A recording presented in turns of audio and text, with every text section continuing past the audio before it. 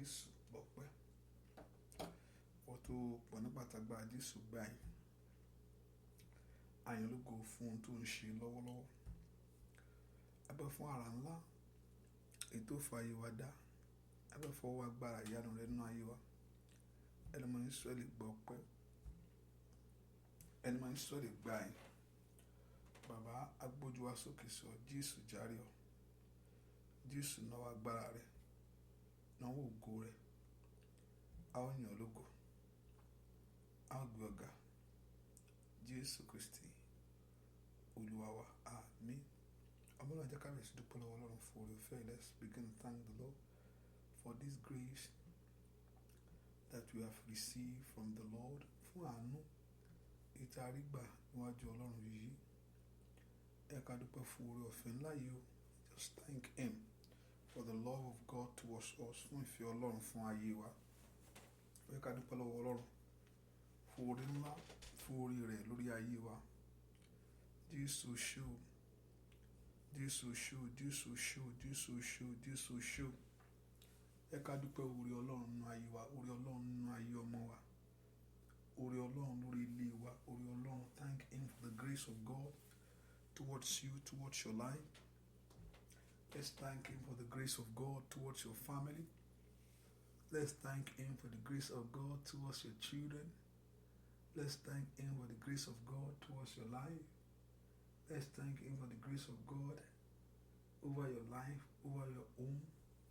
Ẹ ká dúpẹ́ fún oore Ọlọ́run nínú ayé wa, oore Ọlọ́run ní ọ̀nà wa, oore Ọlọ́run lórí ilé wa, oore Ọlọ́run lórí iṣẹ́ wa.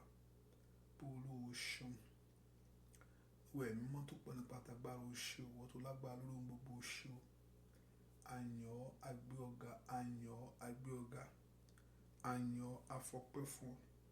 A yìn ọ́, a yìn ọ́ lógo fún ìyanu rẹ lórí ilé wa sẹ́. Pé Jésù ṣé. Jésù ṣé. Jésù a yìn ọ́, Jésù a gbé ọ̀gá. Ọlọ́run a fọpẹ́ fún ọ.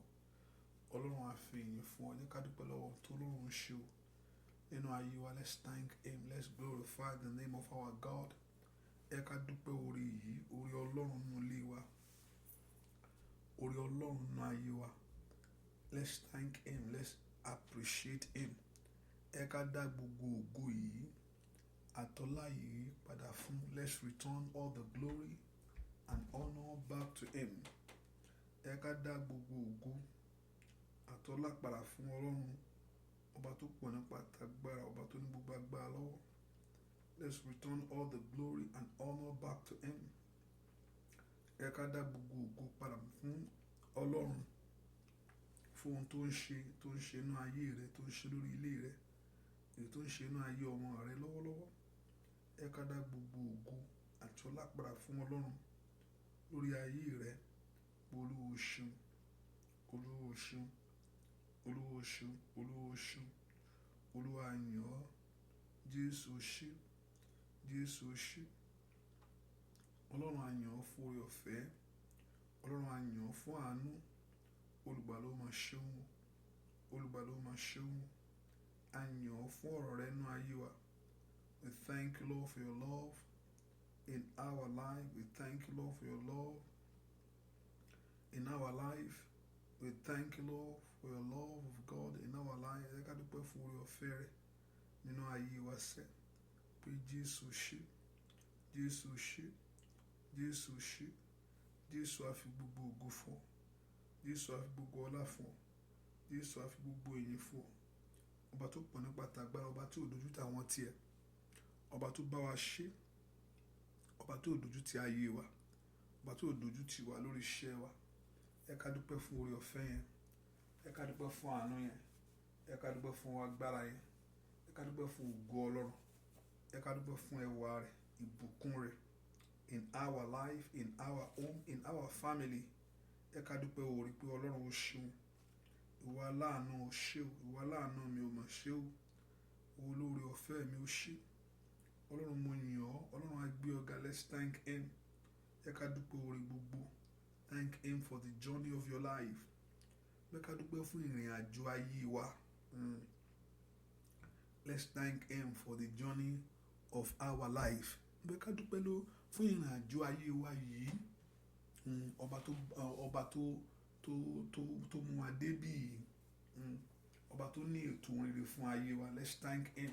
Ọba tó ní ìgbẹ̀yìn tó dára fún ayé wa. Ọlọ́run á gbé ọ̀gá o. Jésù mi mo yìn ọ́, Jésù mi mo yìn ọ́, Jésù mo dúpẹ́ fún ìrìn àjò ayé mi, ibi tó bá mi dé, ibi tó mú mi dé yìí. Mo dúpẹ́ fún ètò tó ní fún mi. Let's begin to thank him. Let's give that praise to him. Ẹ ká dúpẹ́ lọ́wọ́ Ọlọ́run fún ètò tó ní fún ayé wa. Ọlọ́run ò ṣeun fún ètò rẹ̀ nínú ayé mi. Jésù ò ṣe o. Ọlọ́run ò ṣe o. Jésù ò ṣe o. Ọlọ́run mi ò mà ṣe o. Ọba Ọlọ́run jẹ́ ká gbé Jésù yìí ga. Gbéga.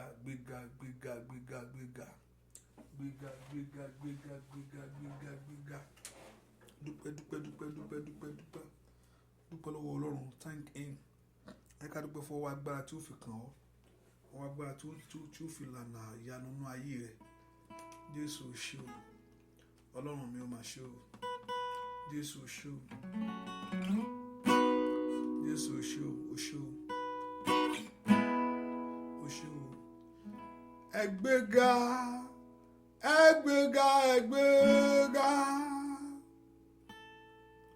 Ẹ bá mi gbé Jésù yìí ga o.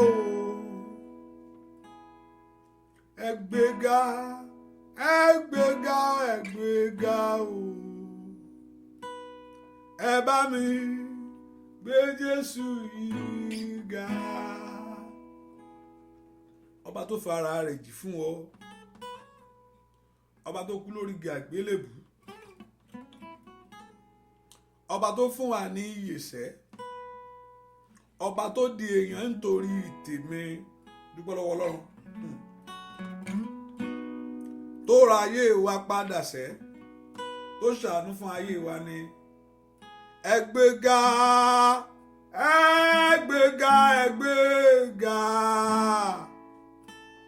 Ẹ bá mi gbé Jésù yìí ga o. Ẹ gbéga o. Ẹ bá mi gbé Jésù yìí ga. Fóore tó ṣe nínú ilé rẹ ni. Fún tó ṣe nínú ayé ọmọ rẹ sẹ́. Ọba tí òjòjú ó tì ọ́. Ọba tí ò jẹ́ káyé béèrè pé Ọlọ́run rẹ dà. Dúpẹ́ lọ́wọ́ Ọlọ́run sẹ́. Ọ̀tá fẹ́ kó dojú délẹ̀, ọ̀tá fẹ́ kó bàjẹ́ yányányá. Ọlọ́run ni ò jẹ́. Ọlọ́run ló gbà ọ́ lọ́wọ́ ikú.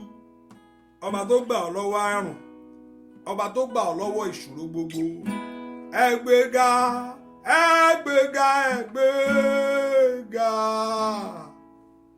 Ẹ bá mi gbé Jésù yìí ga o.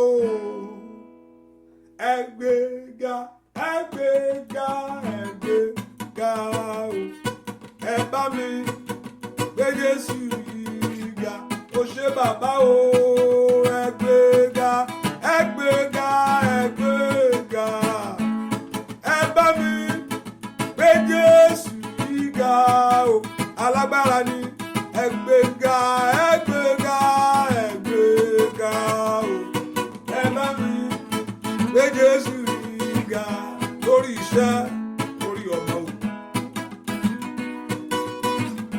Ọba ńlá ni Olódùmarè ní sẹ́. Ọba tó dókè ní láyé. Olùgbàlà olùtọ́ wa sẹ́. Dúpẹ́ lọ́wọ́ Ọlọ́run yìí. Ọba tó ṣèyanu ayé rẹ̀ ni. Ọba tó dókè ayé rẹ̀ ní gbogbo ọ̀nà. Kábíyèsí. Ẹ gbéga o. Ẹ bá mi gbé Jésù yìí ga o. Ẹ gbéga o.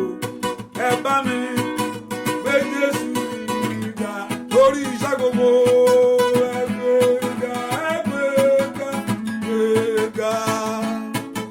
Ẹ bá wa gbé Jésù yìí ga o. Ẹ gbéga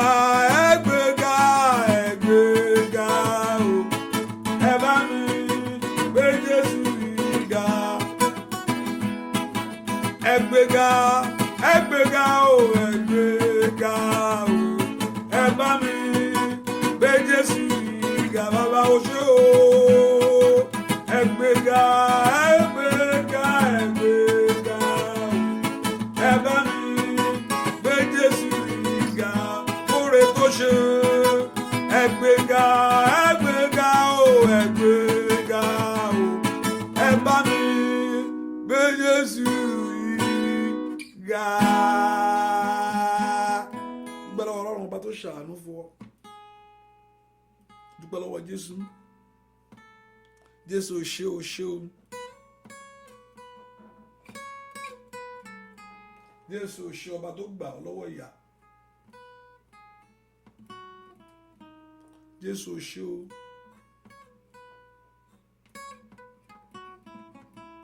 Jésù o ṣé o ṣé o ṣé o ṣé o ṣé o. Alágbára gíga, alágbára ńlá, kábíyèsí.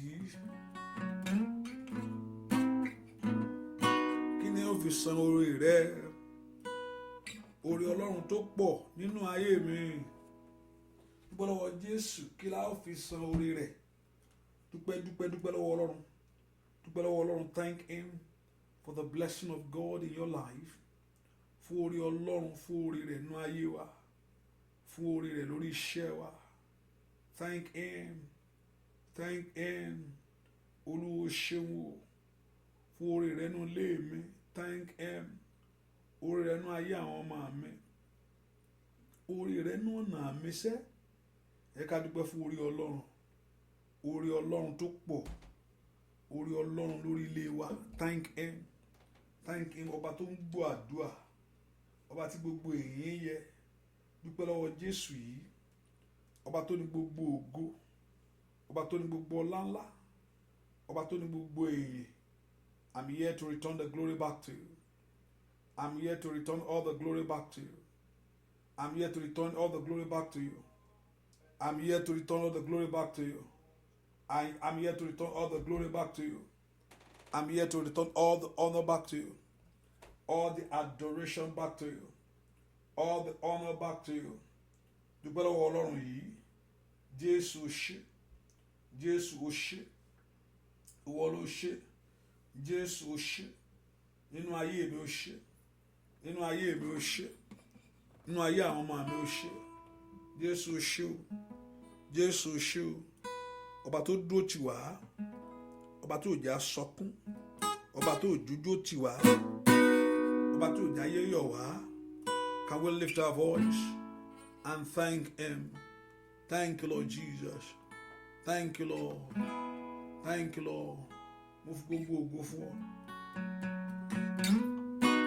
Torí pé ìwọ ló ní gbogbo ògo ayé mi. Ìwọ ló ní. Ìwọ ni, ìwọ ni. Ìwọ l'Olódùmarè, ìwọ ni. Òun ni, òun ni. Òun ló bá ní ṣe, òun ni, òun ni. Òun ló sọ̀rọ̀ wá dayọ̀, òun ni, òun ni. Òun ló dó tàyé wa o, òun ni, òun ni. Kí ni ó fi san orí rẹ̀? Dúpẹ́ lọ́wọ́ Ọlọ́run ọba, kí la fi san orí Ọlọ́run yìí? Orí ńlá tó pọ̀. Thank you, Father. Ìjáde, ìwọlé, you're going out, you're coming in. Òun ló wà ń bẹ̀ o. Ìpèsè yẹn, òun ló wà ń bẹ̀ o. Bí ò bá ṣe Olúwa tó wà nípa tiwa, kí la bá máa wí? Ọpẹ́ ni f'Olúwa, ọba oore. Dúpẹ́ kó ṣèbà níwájú rẹ̀. Ká ṣèbà fún kábíyèsí yìí. Ọba ńlá, ọba ńlá. Jésù o ṣé. Jésù o ṣé. Jésù o ṣé. Thank him. Thank him. Olúwa, Olúwa mi. Ọlọ́run, Ọlọ́run mi. Olówó orí mi ó máa ṣe.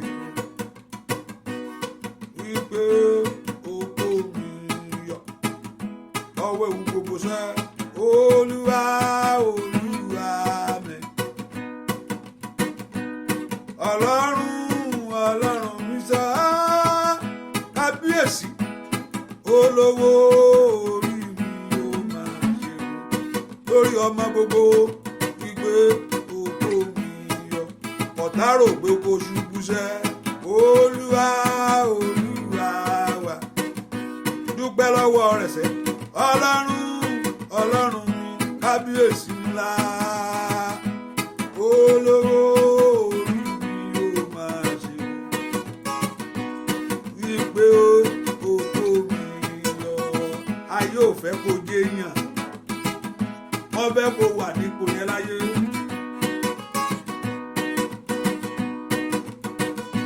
Ọlọ́run ló ṣàánú ayé rẹ̀ sẹ́ o. Tó o bá dúpẹ́ lọ́wọ́ rẹ̀ fẹ́ tó lọ́pẹ́. Tó kó ọyọ lọ́wọ́ ewu gbogbo sẹ́. Óyá o. Bàbá Olúwa mi. Kábíyèsí ńlá. Ọlọ́run ní sẹ́. Olówó orí mi ó máa ṣe. Bàbá ìgbé ọ̀tá fẹ́ da gbogbo rẹ̀ mọ̀. Ọlọ́run ni ò jẹ́. Bóyá ló Olúwa wa. A dúpẹ́ o. Ọlọ́run wa o. Olówó orí mi á ó máa ṣe. Wípé oko ayọ̀. Dúpẹ́ lọ́wọ́ Ọlọ́run yìí. Dúpẹ́ lọ́wọ́ Jésù yìí tó ṣe ìyanu ayé rẹ̀. Ọlọ́run ò máa ṣe wọ́n. We thank you, God. A fi ọpẹ́ fún ọ. A fi ìyìn fún ọ. We are here to return the glory back to you. We are here to return all the honor back to you. Our worship, our praise to you, God. Ọpẹ́ wa fún ìwọ Ọlọ́run. Gbọ́ àdúrà lórúkọ Jésù Kristi. Olúwa wa, let us begin to ask the Lord Jehovah God to begin to forgive all our sin. Ẹ ká sọ fún Ọlọ́run gbogbo ẹ̀ṣẹ̀ mi. Olúwa dáríjì gbogbo ẹ̀ṣẹ̀ mi nínú èrò àti ní ìṣe ilé ta act upon ilé ta rò. Remember, Jesus raised the standard. Jésù ó gbé standard yẹn sókè. He raised the standard. Standard yẹn ọ̀pọ̀lọpọ̀ àrò pé New Testament ó simple. No. Ju Old Testament lọ. Pé láyé Old Testament New Testament jùlọ. Because the New Testament, the standard was raised higher that no one can be able to meet it. But you have to look unto somebody alone. We can't meet the new standard of God. Ojú yẹn lọ. In Old Testament, the Bible talks that you have to, on the act with a woman, you commit adultery or you commit sin. But Jesus said, no. It's not like that. Even though in your thought nínú èrò o ti ṣe nìyẹn o. Ìwọ lójú eléyìí you act upon and the thought. So the standard was high. By your word, you have killed people. No ọ̀rọ̀ o ti pààyàn kò yẹ gbà tí mo pa. So the standard was so high that how can you escape this? Just have to look to the one himself. You have been told to do this. Now I'm telling you, love your enemy. Ta ló fẹ́ fẹ́ to love your enemy? The standard is so high. I was just listening to a story of a man that killed somebody. Ó pààyàn. Ẹni ẹ náà retaliate because of the love of God. He said, no, I can't do it. Èmi mọ̀ sọ pé o lè ṣe o láti dáríjì ni. But ó pẹ́ bí mi. Pé o lè ṣe bẹ́ẹ̀. Fẹ́ ọ̀tá rẹ. But eyín fún eyín ni o. Ojú fún ojú ni Old Testament o. But God said, no, now I'm telling you, love them now. Ẹ porúkọ Jésù. Olúwa dárí àṣírí mi jì mí. I come to you, God. I come to you, God. In the name of Jesus, I come to you, God. Mo tọ̀ wá ní. Dárí ẹ̀ṣẹ̀ mi jì mí. Ràn mí lọ́wọ́. Somebody pray. Ask God to forgive your sin and to help you. Olúwa dárí ẹ̀ṣẹ̀ mi jì mí. Wá ràn mí lọ́wọ́. Ẹ porúkọ Jésù. Olúwa dárí àṣírí mi jì mí. Ẹ̀ṣẹ̀ mi. Olúwa dáríjì. Wá ràn mí lọ́wọ́. Pray pé kí Ọlọ́run kó dárí ẹ̀ṣẹ̀ rẹ jì ọ́. Pé kó wá ràn ọ́ lọ́wọ́. Ẹ porúkọ Jésù. Olúwa dárí ẹ̀ṣẹ̀ mi jì mí. wá ràn mí lọ́wọ́ orúkọ Jésù dáadáa ní orúkọ Jésù la pateke pa le pasoto ku parapate porúkọ Jésù ketika patekereba masoto ku prende keterebo porúkọ Jésù Olúwa dáríjì mi ní orúkọ Jésù masoto torkereba kapiru sekelabo porúkọ Jésù maketa kaprado saketa laba porúkọ Jésù dáadáa that the blood of Jesus kó wẹ̀ mí kó wẹ̀ mí kó wẹ̀ mí kó wẹ̀ mí kó wẹ̀ mí ẹ̀jẹ̀ Jésù wẹ̀ mí lọ́wọ́lọ́wọ́. Let the blood of Jesus cleanse you, purify you, sanctify you. Ẹ̀jẹ̀ Jésù wẹ̀ ayé mi ọmọlọ́run ńlá ló gbàdúrà kí ẹ̀jọ̀ dágùntàn kó wẹ̀ ọ́ kí ìrànlọ́wọ́ láti ọ̀run láti gbé ìgbé ayé yẹn ìgbé ayé tí Ọlọ́run béèrè lọ́wọ́ rẹ láti gbé ó ní àti fi hàn ọmọ ènìyàn ohun tí Ọlọ́run béèrè lọ́wọ́ wa ẹ po orúkọ Jésù ohun tí Ọlọ́run fi hàn wá láti gbé ìgbé ayé yẹn. Ask for the power of God, ask for the strength of God, the enablement from God láti gbé ìgbé ayé yẹn. Olúwa ràn mí lọ́wọ́, Olúwa ràn mí lọ́wọ́. Gbọ́ àdúrà lórúkọ Jésù Kristi Olúwa wa. Ọlọ́run ò kì í ṣe instructor or a teacher tó ní kó lọ ṣe báwo mo ṣe fẹ́ ṣe o ẹ lọ ṣe I don't care bó bá ṣe wẹ́ kó ṣe. Ọlọ́run ò kì í ṣe èèyàn bẹ́ẹ̀ yẹn pé nǹkan tí mo fẹ́ kẹ́ ṣe rí o I don't care ẹ ṣáà ṣe fún mi ní ṣáà ni mi mọ bẹ́ẹ̀ ṣe máa ṣe o ẹ ṣáà ṣe. Ọlọ́run ò kì í ṣèyàn bẹ́ẹ̀ ó ní èmi ò lọ èmi ò rán olùtùnú rán sí yín láti fi òye oyin gbogbo iye yín so Ọlọ́run ò kì í ṣèyàn tó kọ̀ tìyàn sínú pé ṣáà lọ ṣe ẹ bá mo ṣe fẹ́ ṣe mi lágbára láti ṣe I don't care lọ ṣe bó bá ṣe fẹ́ ṣe kí ṣáà ti rí result ni. Ọlọ́run ò kì í ṣe bẹ́ẹ̀ ó fẹ́ ràn ọ́ lọ́wọ́ ohun tó bèè lọ́wọ́ èmi àti ẹ is the one also that want to help us. Olúfẹ́ ṣe inú wa. He say is him that worketh in us to do the will of God. Òun ló máa ṣe inú wa.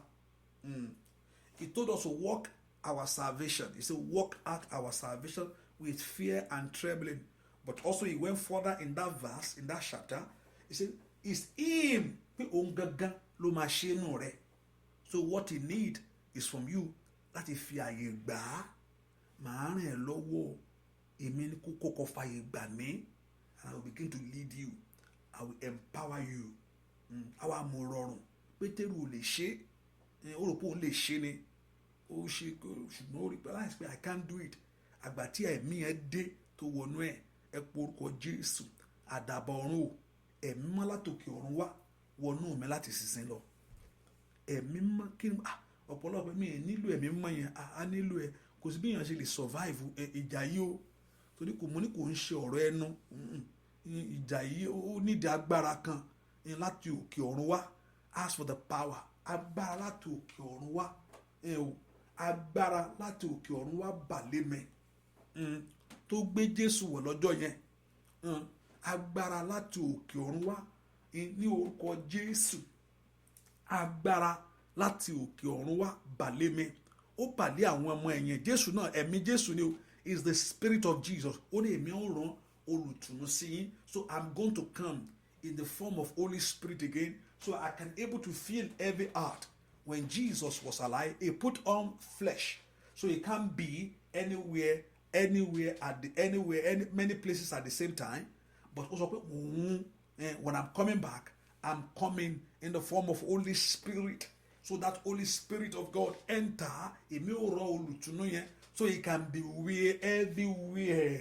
So bó ṣe wà bá ṣe ń gbàdúrà báwọn mìíràn ṣe ń gbàdúrà yẹn ó wà bẹ́ẹ̀ náà because he has put on ìkàtà the glory of God ó ti gbé ògo yẹn wá padà so he can be many places at many times. Ẹ pe orúkọ Jésù ẹ̀mí mọ́ wá sọ̀kalẹ̀ wá wọnú mi ẹ̀mí mọ́ wá wọnú mi o. Wá gbé mi wọ̀ wá wọnú mi lò mo ní wá gbé mi wọ̀ wá wọnú mi wá.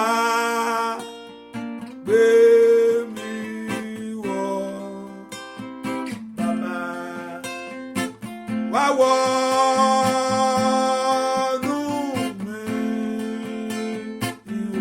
ẹ̀mí Ọlọ́run wá gbé mi wọ̀ tọmọtọmọ o bàbá mo ní wá wọnú ilé mi o wá gbé mi wọ̀ kábíyèsí wá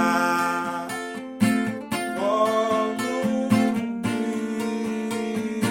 o wá gbé mi wọ̀ bàbá sọ bẹ́ẹ̀ wá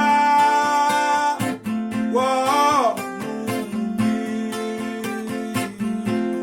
ẹ̀mí Ọlọ́run wá gbé mi wọ̀ kábíyèsí ńlá bàbá mi Olúwa wọnú mi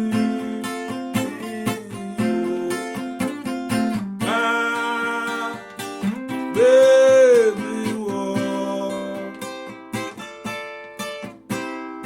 wá wọnú mi wá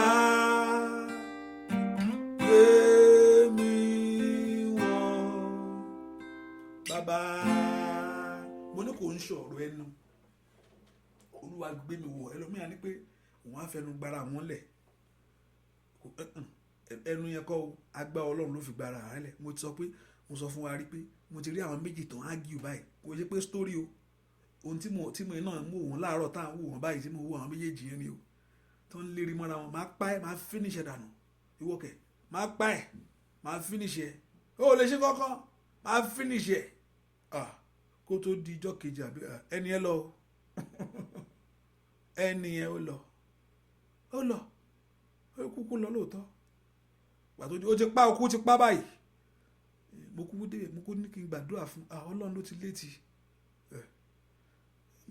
àbí kí n lọ́bẹ̀ kí n pray ó ló ti létí ẹni ẹ lọ o mo ní kò ń sọ̀rọ̀ ẹnu pé màá fẹnu gbára mi lẹ́kọ̀ọ́ agbára Ọlọ́run ni Olúwa gbé mi wọ̀ kò ṣe pé story ohun tí mo wo àwọn méjèèjì láàárọ̀ tọ́jọ́ ń lérí mọ́ra wọn ni o mo kú wọn bẹ́ẹ̀ tí mo wo wọn báyìí máa pa máa finish ẹ̀ máa wò wàá mọ ẹni tí mo jẹ́ ìró ò lè ṣe kọ́kọ́ kó sì kọ́ tó máa ṣe kó gbà tọ́jọ́ ń lérí mọ́ra wọn kò di ọjọ́ kejì náà ó bá di rush hospital a lè sọ pé many things lè ṣẹlẹ̀ pé bóyá blood pressure lè wà lára ẹ̀ àbí bóyá kò mọ nǹkan tó ń ṣe bóyá ó kọ̀ rẹ̀ sásìkò ni ṣùgbọ́n mo ṣàmọ̀ pé àwọn méjì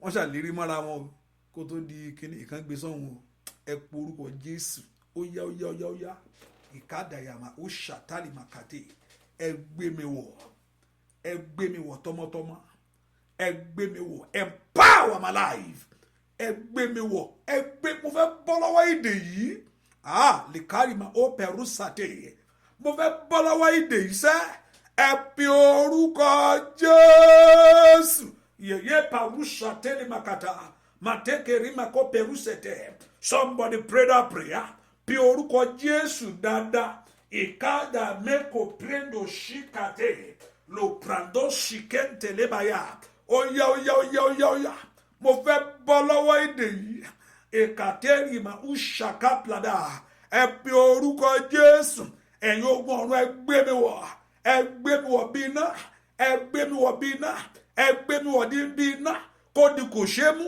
kí n di kò ṣe mú kí n di kò ṣe pa kò ṣe wò lójú kò ṣe fọwọ́ kàn tọmọtọmọ somebody pray agbára Ọlọ́run bàlẹ́ ayé mi agbára mọ́dàrí kan agbára tí ò ṣe kọlù ní orúkọ Jésù ó yá agbára tí orí èèyàn òfin ní burú agbára tó rí ẹ̀ ó fi kọ̀ ọ́ ilẹ̀ àlìyàmọ̀ kó pẹ̀rú sàté ọmọlọ́run lánàá gbàdúrà agbára tó fi rìn jẹ́ tiẹ̀ ní orúkọ Jésù yàká pàrú sàté orúkọ Jésù Olúwa gbé wọ̀ mí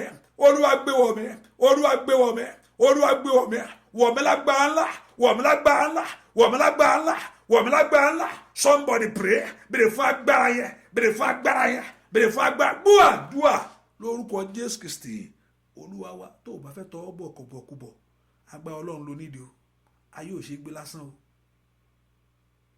téèyàn ò bá fẹ́ tọwọ́ bọ̀ bọ̀kúbọ̀ ayé ò ṣe wò lásán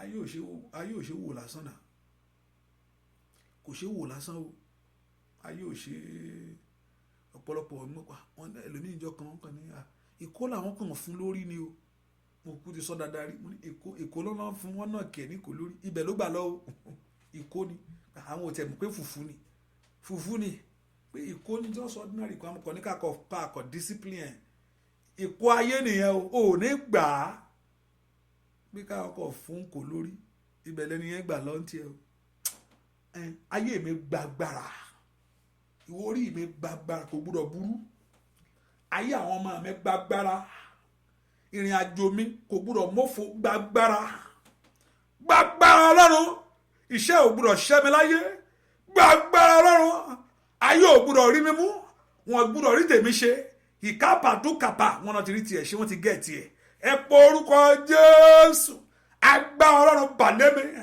agbára ẹ̀ máa wọnú mi ó yá máa ṣiṣẹ́ rẹ lọ́nà ayé mi. Somebody open your mouth and begin to pray to the Lord God of heaven. To kerabo.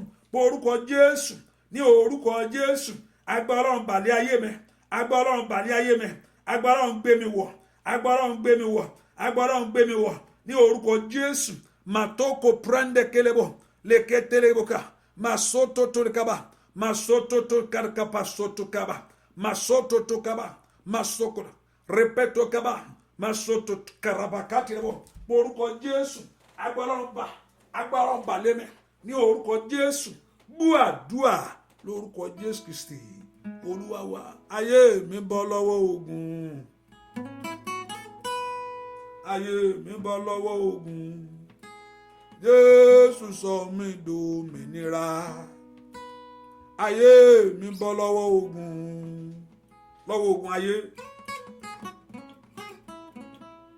ayé mi bọ́ lọ́wọ́ ogun àṣetì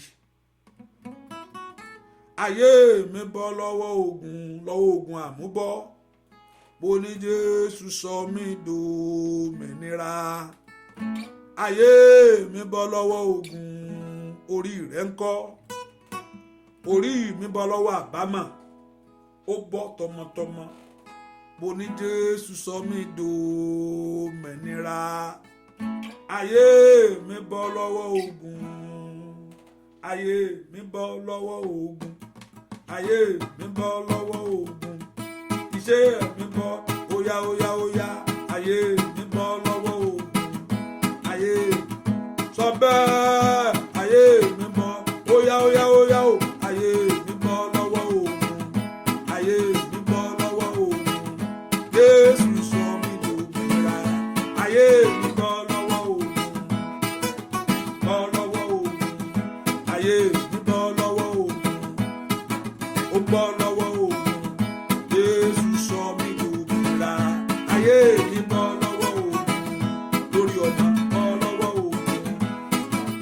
bọ́ lọ́wọ́ ogun lórí iṣẹ́ bọ́ ogun alẹ́ ní màdé iṣẹ́ ó bọ́ lọ́wọ́ ogun ẹnu iṣẹ́ ó bọ́ ó yàtọ̀ fún Jésù ó bọ́ lọ́wọ́ ogun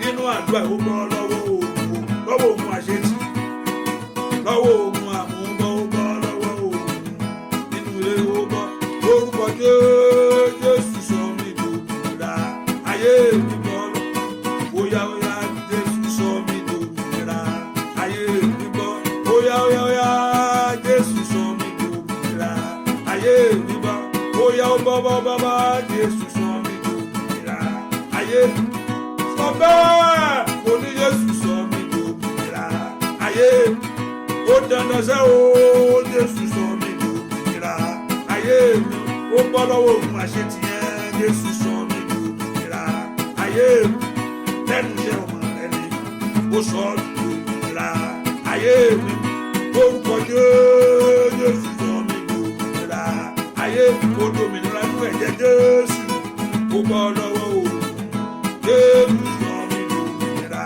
ayé mi ó dandan o ó bọ́ lọ́wọ́.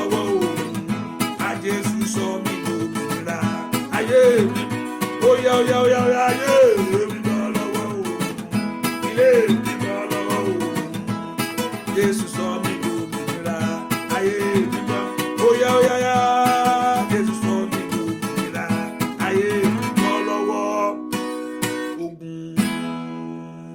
Ẹlòmíì ayé ogun ló wá fa ayé ẹ̀jà, bàkan sí kan ló ń jẹ́ bẹ́ẹ̀, bó ṣe ń parí kan ló mú kan, ayé ò fi lọ́rùn lẹ̀. Ẹ porúkọ Jésù, ọmọ Ọlọ́run sọ mí di òmìnira lónìí.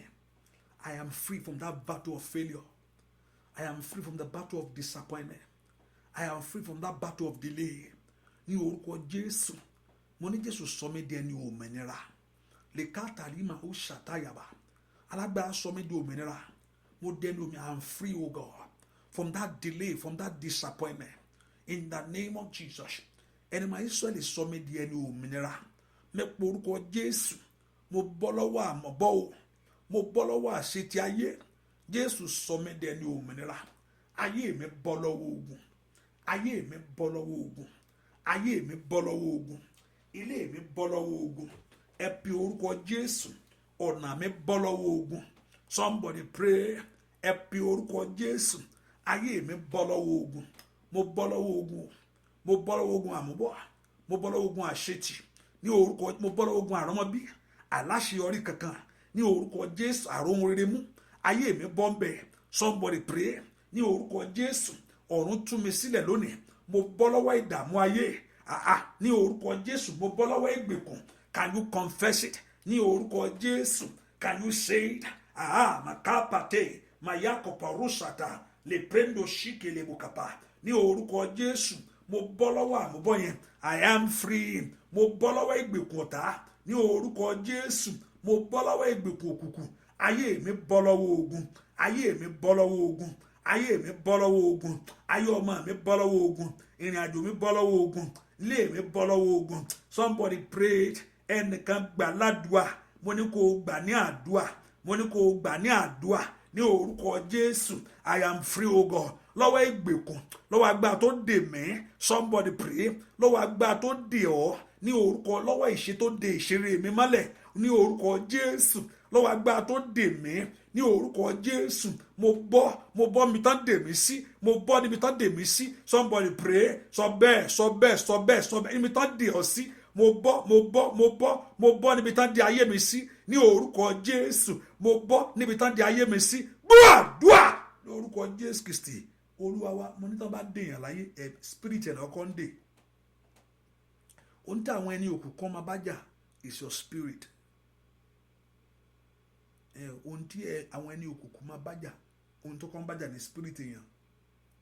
And tí spirit èèyàn ò bá lè handle ẹnu ara mọ́, á kúrò. So spirit tí ò bá lè dúró sínú body mọ́, á kúrò, ní ikú máa fi ń ṣẹlẹ̀. Kò lè handle ẹ̀ mọ́, á depart in there. So affliction will come. Ẹ̀mí náà máa kọ́kọ́ wà, that's the attack. Later ó kàn lè máa farahàn lára, ẹ̀yin ò lè ṣe kíní kan, kò lè ṣe kíní kan. Ẹ̀mí ẹ̀ náà kọ́kọ́ máa dè mọ́lẹ̀. Ẹ̀mí ẹ̀ náà máa kọ́ gbógun tì. And I told you several times, tó bá fẹ́ mẹ́ntó jẹ́, ìgbà tó bá sùn, ìwọ that's you gangan. Gbogbo body, pánkẹ́ ojú yẹn, pánkẹ́ ẹsẹ̀, ìwọ kọ́ nu ilé rẹ nu. But you use that to communicate. On this face of this, we use the body to communicate láti bára wa sọ̀rọ̀. But you a spirit being, but you use the avenue of body to communicate. Hallelujah. So, but when the spirit cannot able to handle that affliction, akokuru ni spirit in that depart no ara. Hello, olonu. Kò ṣe dá padà mọ́. Àfi Jésù nìkan ló máa dá padà. Ó sì ń bọ̀ wá dá padà. Àwa dá padà. Ada spirit yẹn àti body yẹn padà. Spirit yẹn á dá padà. Spirit àti body ó máa padà wá later. That's a resurrection body. Àwa fún wa ní ara tuntun, ara ikú, kò ṣe kú mọ́. Ara ikú. Ẹ po orúkọ Jésù, Olúwa tú mi sílẹ̀ níbi tán dè mí mọ́. Ẹnìkan gbà ládùúà, ó ní tí mo rí mo fi ń sọ bẹ́ẹ̀ o. Olúwa tú mi sílẹ̀ níbi tán dè mí mọ́. ẹ̀yin áńgẹ́lì Ọlọ́run ẹ dìde fún ìgbèjà, ẹ tú mi sílẹ̀ níbi tán de ìpín ayé mi mọ́. Bẹ́ẹ̀ kó porúkọ Jésù, ẹ tú mi sílẹ̀, ẹ tú ọ̀nà mi sílẹ̀ níbi tán de ọ̀nà mi mọ́. Ẹ tú ayé mi sílẹ̀ níbi tán de ayé mi mọ́, níbi tán de ayé ọmọ mi mọ́, níbi tán de ìrìn àjò mi mọ́. Ẹnìkan gbàdúrà, Olúwa tú mi sílẹ̀ níbi tán de mi mọ́. Ọmọ Ọlọ́run ọ̀gá ògo tú mi sílẹ̀. Set me free, deliver me where enemy have tied my life. Ibi tán de ìpín mi mọ́, ẹ tú mi sílẹ̀ ńbẹ̀. Ẹ tú mi sílẹ̀ níbi tán de mi mọ́. Ẹ pe orúkọ Jésù, ẹ tú mi sílẹ̀ níbi tán de ayé mi mọ́. Ẹ tú mi sílẹ̀ níbi tán de ìrìn àjò mi mọ́. Ẹ tú mi sílẹ̀. Àní ẹnìkan gbàdúrà, ẹ pe orúkọ Jésù. Ìwọ Ọlọ́run tú mi sílẹ̀. Ìwọ sọ mí di òmìnira lónìí níbi tán de mi mọ́. Somebody pray. Ibi tán de ìṣeré mi mọ́, èyí tó fi rí ṣe ní orúkọ Jésù, èyí tó fi rí mú, èyí tó fi tọ̀ wá, ibi tán de mọ́, ẹ tú mi sílẹ̀, ẹ tú mi sílẹ̀, ẹ tú mi sílẹ̀, ẹ tú mi sílẹ̀, ẹ tú mi sílẹ̀, ẹ tú mi sílẹ̀, ẹ tú mi sílẹ̀, ẹ tú mi sílẹ̀, ẹ tú mi sílẹ̀, ẹ tú mi sílẹ̀, ẹ tú mi sílẹ̀, ẹ tú mi sílẹ̀, ibi tán de mi mọ́, tú mi sílẹ̀. Olúwa tú mi sílẹ̀. Olúwa Jésù tú mi sílẹ̀. Mo ní kó pè é, Jésù tú mi sílẹ̀ níbi táyé dè mí mọ́. Jésù aláàánú tú mi sílẹ̀. Jésù olùgbàlà tú wọn sílẹ̀ níbi tán dè wọ́n mọ́. Ní orúkọ Jésù. Jésù olùrànlọ́wọ́ tú mi sílẹ̀ ní orúkọ Jésù. Màyáyà màkó prada lè send to set me free. Ibi tá dè mí mọ́, ibi tá dè pín mi mọ́, ní orúkọ Jésù. Gbọ́ àdúrà lórúkọ Jésù Kristi. Olúwa wa, mo fẹ́ kó gbà lẹ́ẹ̀kan sí. Màá tún sọ, mo máa ń sọ, màá tún sọ lẹ́ẹ̀kan sí kó lè yé wa dáadáa náà ni o. Jésù ò sọ pé, Bíbélì ò sọ pé oògùn ò sí, pé agbára òkùnkùn ò wà. So kó lè yé wa dáadáa ni o. Bíbélì ò sọ pé agbára òkùnkùn ò sí o. Kò bẹ́ẹ̀ ni o, ó wà o. Ṣùgbọ́n ó kò sọ pé òun borí ẹ̀ ni, òun lágbára jùlọ ni. Ẹ bá fi nǹkan, ẹ bá tí ò bá dónú Ọlọ́run tó bá nǹkan bẹ́ẹ̀ o.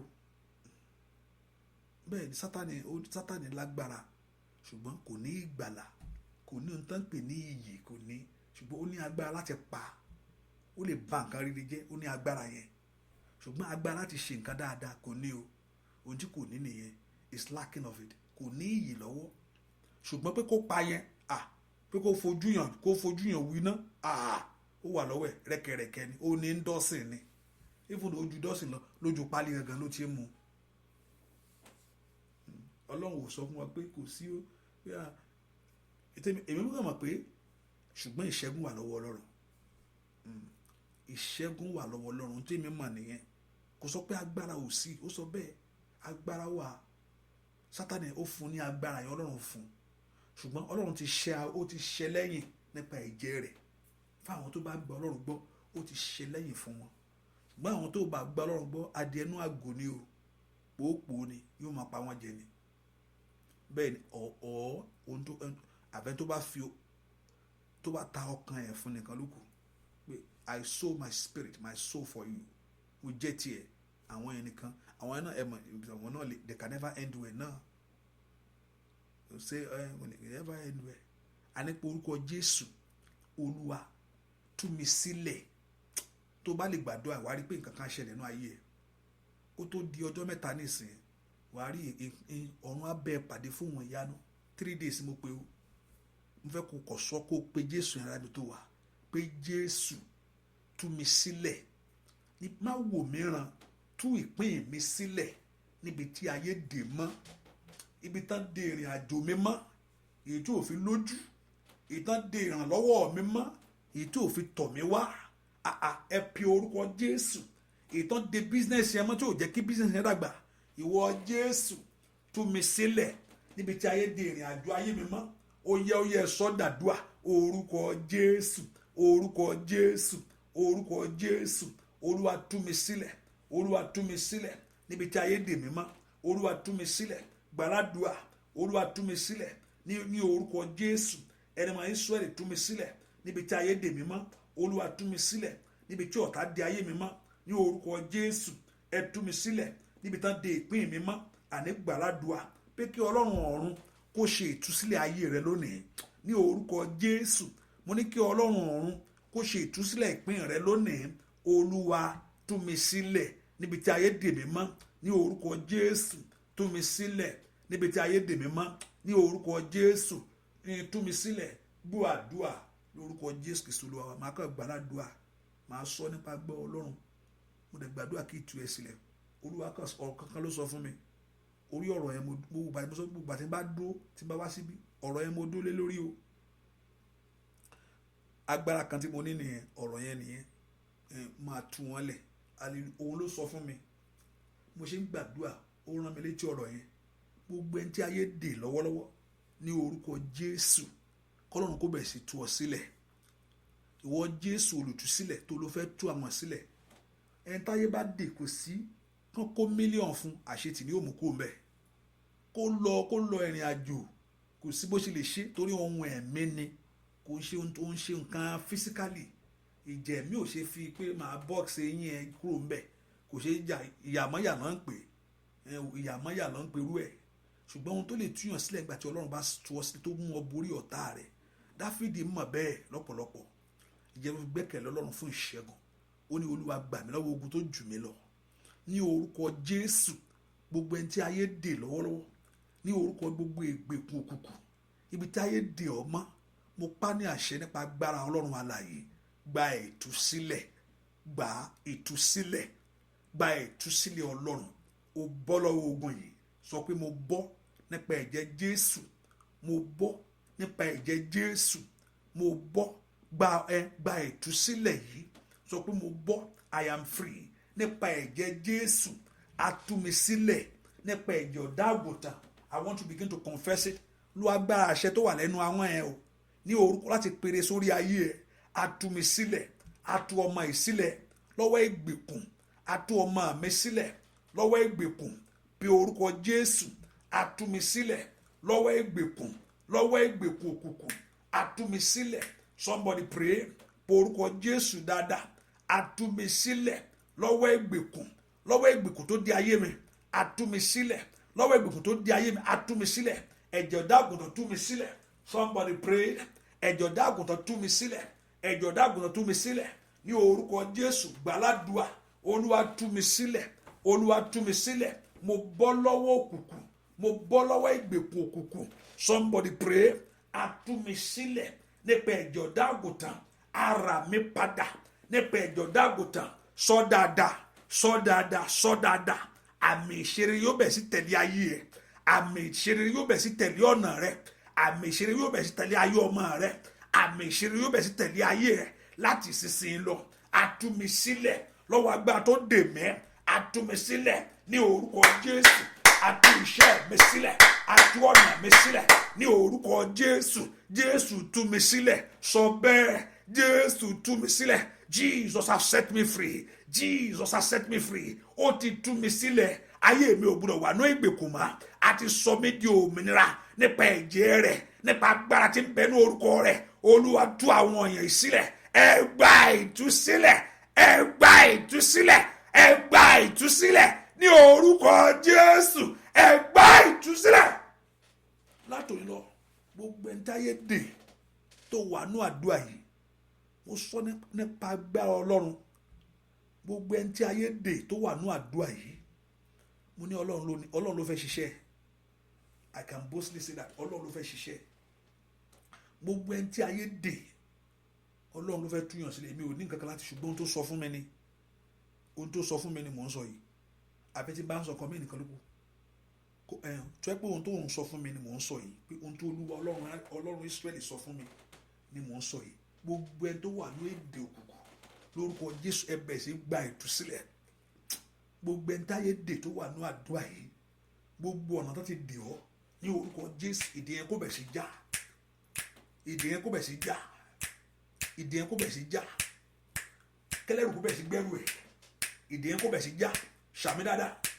Gbogbo tó mọ̀ tán ti dè ọ́ èyí tó wá ìtúsílẹ̀ títí látijọ́ ètò òrí mo dúnú agbára àṣẹ ọlọ́run alààyè yẹn, mo dúnú agbára májẹ̀mú ọlọ́run ní orúkọ Jésù ti Násárẹ́tì.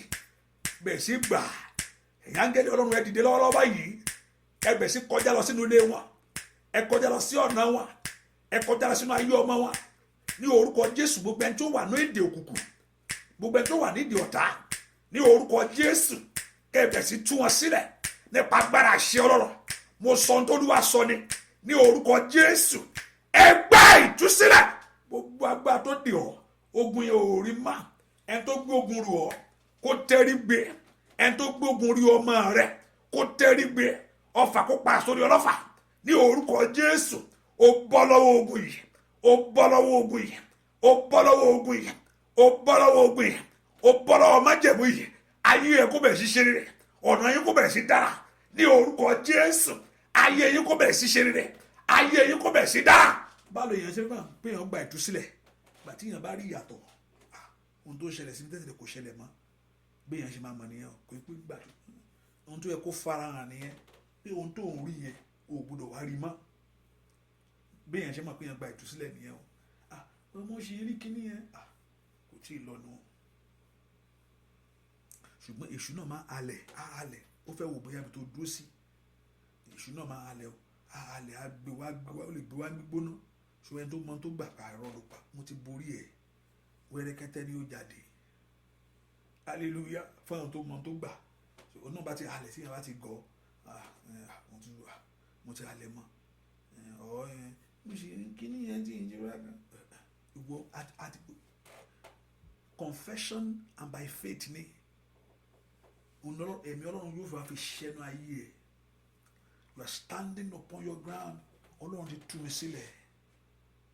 Ẹni máa Ísírẹ́lì sọ mí di ẹni òmìnira lónìí nípa agbára májẹ̀mú. Ọlọ́run ló sọ bẹ́ẹ̀. Ohun tó sọ fún mi mo sọ yẹn, ohun tó Olúwa sọ fún mi mo sọ, mi sọ àbí tí n bá ń sọ nǹkan mí nìkan ló kù. Mo dó síwájú Ọlọ́run lónìí, ohun tó sọ ni mo sọ lórúkọ Jésù. Gbogbo ẹni tí ayé dè pátápátá, gbogbo ìgbèkùn, gbogbo ìgbèkùn òkùnkùn, every works of darkness, gbogbo agbára tó dè ọ́, ohun Olúwa mo sọ. Ó níbi tó ohun Olúwa bá wà, agbára wà ń bẹ. Ní orúkọ Jésù, gbà ìtúsílẹ̀. Ayé ẹ kó gbà, orí rẹ kó gbà, orí rẹ ò ní kọ̀, orí rẹ kó gbà, ayé rẹ kó gbà, orí rẹ ò ní kọ̀, ayé rẹ kó gbà. Ẹ gbà ìtúsílẹ̀. Gbogbo eré tó yẹ kó ti ṣẹlẹ̀ sí ọ lọ́wọ́lọ́wọ́ báyìí kó bẹ̀ sí ṣẹlẹ̀. All good things that are supposed to happen in your life kó bẹ̀ sí ṣẹlẹ̀. Gbogbo eré tó yẹ kó ti wá sí ọ̀nà rẹ kó bẹ̀ sí wá. Gbogbo eré tó yẹ kó ti wá sí ọ̀nà rẹ kó bẹ̀ sí wá. Gbogbo tó sọ pé mi ì fẹ́ mọ́, mo fẹ́ bọ́. Gbogbo tó sọ pé mi ì láìké lè mọ́, ní orúkọ gbogbo tó ti sú ẹ pé ò fẹ́ mọ́, ní orúkọ Jésù. Ó yá òòrùn yẹn má, Olúwa gbé ogun yẹn mẹ́.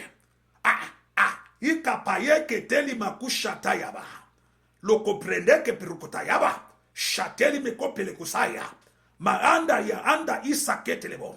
Ogun yẹn ṣẹ́nu ayé wa, ó ṣẹ́ pátápátá. Àgbúrò rẹ̀ má, adẹni òmìnira o, àjọ aṣẹ́gun lọ nípa ẹ̀jẹ̀ Jésù.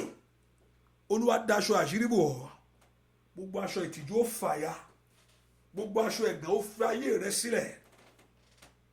Ayé rẹ rógolo, ọ̀nà rẹ rógolo, ayé ọmọ rẹ rógolo, ayé rẹ mú èso rẹ jáde. Bẹ́ẹ̀ ni ó sì rí láì lórúkọ Jésù Kristi. Olúwa wa ẹ kọrin, mo dolóríire o, mo dolóríire, ṣe láyọ̀ mi ṣẹ̀ṣẹ̀ bẹ̀rẹ̀. Ìgbà mélòó? Méje ni. Mo dolóríire o, mo dolóríire, ṣe láyọ̀ mi ṣẹ̀ṣẹ̀ bẹ̀rẹ̀. Mo dolórí, ìgbà kìíní nìyẹn o. Mo dolóríire o, mo dolóríire, ṣe láyọ̀ mi ṣẹ̀ṣẹ̀ bẹ̀rẹ̀. Mo dolóríire, sọ bẹ́ẹ̀. Ìgbà kẹta. Mo dolóríire o, mo dolóríire, ṣe láyọ̀ mi ṣẹ̀ṣẹ̀ bẹ̀rẹ̀. Mo dolórí, ìgbà kẹrin níbo ló wà? Mo dolóríire o, mo dolóríire, ṣe láyọ̀ mi ṣẹ̀ṣẹ̀ bẹ̀rẹ̀ mo dolórí ìgbà karùn-ún kọ́ o mo dolórí ire o mo dolórí tọmọtọmọ ṣe láyọ̀ mi ṣẹ̀ṣẹ̀ bẹ̀rẹ̀ mo dolo táyátáyá tọkọtọkọ mo dolórí ire mo dolórí ire ṣe láyọ̀ mi ṣẹ̀ṣẹ̀ bẹ̀rẹ̀ mo dolórí ire. ṣó ti pé méje àbí ṣó ti pé méje ṣó pé méje tó o bá ti pè sára fún tó bá ti wá pé yẹn fẹ́ ká kí aleluya aleluya ohun ọ̀tún wọnú ayé mi aleluya mo dẹni ọ̀tọ̀ látòní lọ iṣẹ́ ọ̀tọ̀ láyé mi bẹ̀rẹ̀ sí ṣe fún rere ó yá ó yá ó yá aleluya mo dẹni ayọ̀ aleluya mo dẹni ìbùkún sọ bẹ́ẹ̀ agbára àṣẹ ọlọ́run ni o makaili masai rọ̀kàtà mẹ́kórì mi ètẹ̀kẹ́ tèrèbọ̀sà fàkàfàtà ìmẹ̀ ìṣàdá ohun rere yóò bẹ̀rẹ̀ sí ṣẹlẹ̀ nínú ayé rẹ̀ lè pààrọ̀ sákàtàyàbà aleluya aleluya àti rà mí padà aleluya ṣèyíd aleluya ohun ọ̀tún ṣẹlẹ̀ mo gbọ́ ìròyìn ayọ̀ táyé mi ti ń retí ní orúkọ Jésù ọ̀rọ̀ mi já sáyọ̀ ó já sọpẹ́ gbogbo yẹn ó gbọ́ nípa ọpẹ́ mi aleluya ohun ọ̀tún tẹ̀ mí lọ́wọ́ aleluya ní orúkọ àti tukọ̀ fún mi ní orúkọ àti pè ní ire fún mi aleluya ṣẹ́yìn mà sí ìdàbọ̀ kó lè mẹ́sàá dà aleluya ìyanu mi ṣẹlẹ̀ aleluya ojú ti àwọn ọ̀tá wọn padà nú ayé mi aleluya ọlọ́run tú àṣírí òkùnkùn kò bónú lé mi mọ́ o ní orúkọ Jésù aleluya mo dẹni ọ̀tún aleluya àṣeyọrí tọ̀ mí wá wọ́n mú lé mi lọ́wọ́ mo gbà á aleluya mo lẹ́rìí ohun rere aleluya ohun ọ̀tún ṣẹlẹ̀ nú ayé yín bẹ́ẹ̀ ni ó sì rí in Jesus name our King we pray. Can I hear that? Amen. Amen. Agba àjíǹde kó wọnú omi yẹn lọ. Agba Ọlọ́run kó wọnú omi yẹn lọ. Omi yẹn kó mú ìwòsàn wá. Àṣẹ Ọlọ́run kó wọnú omi yìí. Omi yìí lórúkọ Jésù. Agba Ọlọ́run kó wọnú ẹ̀ lọ. Kó mú ìwòsàn wá. Gbogbo ẹni tó ń ṣàìsàn gba ìwòsàn. Ọjọ́ ọ̀la rẹ ò ní dàrú. Ọjọ́ ọ̀la rẹ ò ní dàrú. Ọjọ́ ọ̀la rẹ ò ní dàrú. Ọjọ́ ọ̀la rẹ ò ní dàrú, ò ní banújẹ́, ò ní fi korò kẹ́yìn ayé rẹ, ò ní fi ìkorò kẹ́yìn ayé rẹ, ò ní fi ìkorò kẹ́yìn ayé rẹ. Ogun yẹn ṣẹnu ayé rẹ lónìí o. Ò ní fi ìkorò kẹ́yìn ayé rẹ. Gbogbo wọn tó ń wo ẹ̀tẹ́rù wà nú ẹ̀. Ò ní fi ìkorò kẹ́yìn ayé rẹ. Kò ní rí bẹ́ẹ̀ bí ọ̀tá ṣe rò ó. Olúwa yóò gbé ọ níjà. Bẹ́ẹ̀ dá sì rí. In Jesus' name. Our Lord, we pray. Amen. Amen. Amen. Hallelujah. Praise. I just put in mind that the prayer continued by God's grace tonight. You know, and tomorrow, before I said we're going to have it partner. So partner, let's be Monday. Let us round up. Let everybody just come tomorrow. So partner prayer part be Monday, and then. Or maybe Saturday, let's see. Tomorrow we just so remember tomorrow now Friday to Friday. So the Lord will go help us. So there's a prayer tonight also. The Lord will go help us in Jesus' name. Adua agba o ti gba ya no ti bẹ̀rẹ̀ o ti dẹni ìtúsílẹ̀ o ti dẹni ìṣeré o ti gba ohun tí o ti ṣẹlẹ̀ fún orí abẹ sí ṣẹlẹ̀. Ìrètí ayọ̀ tó ti retí yóò bẹ̀ sí wá bẹ́ẹ̀ lárí ó ti ṣẹlẹ̀ ó ti bẹ̀rẹ̀ báyìí ó ti bẹ̀rẹ̀ báyìí ó ti bẹ̀rẹ̀ nú ayé rẹ báyìí ó ti bẹ̀rẹ̀ nú ọ̀nà rẹ báyìí ohun tó ti bẹ̀rẹ̀ nú ayé rẹ báyìí ó ti bẹ̀rẹ̀ Olúwa ti gbé iṣẹ́ rẹ̀ dé nínú ayé rẹ Olúwa ti gbé iṣẹ́ rẹ̀ dé nínú ọ̀nà rẹ gbogbo ojú orí ayé ó sì bá ọ yọ bẹ́ẹ̀ la rí ó pa ìtàn tuntun bẹ́ẹ̀ la rí fún ọ bẹ́ẹ̀ la rí sí rí fún ọmọ rẹ ayọ̀ jẹ́ tiẹ̀ bẹ́ẹ̀ ni ó rí o láì lórúkọ Jésù Kristi Olúwa olùgbàlà wa àmín lórúkọ Jésù. That water is covered, that water is blessed. God bless you. See you by tonight. I always say 1:12 1, no, 12, 1. I mean, between 12:30 and 1. Sometimes I wait till 1, just, but I don't know why I'm doing that. God bless you. See you then. God bless you. Bye bye. See you midnight. See you. Bye bye.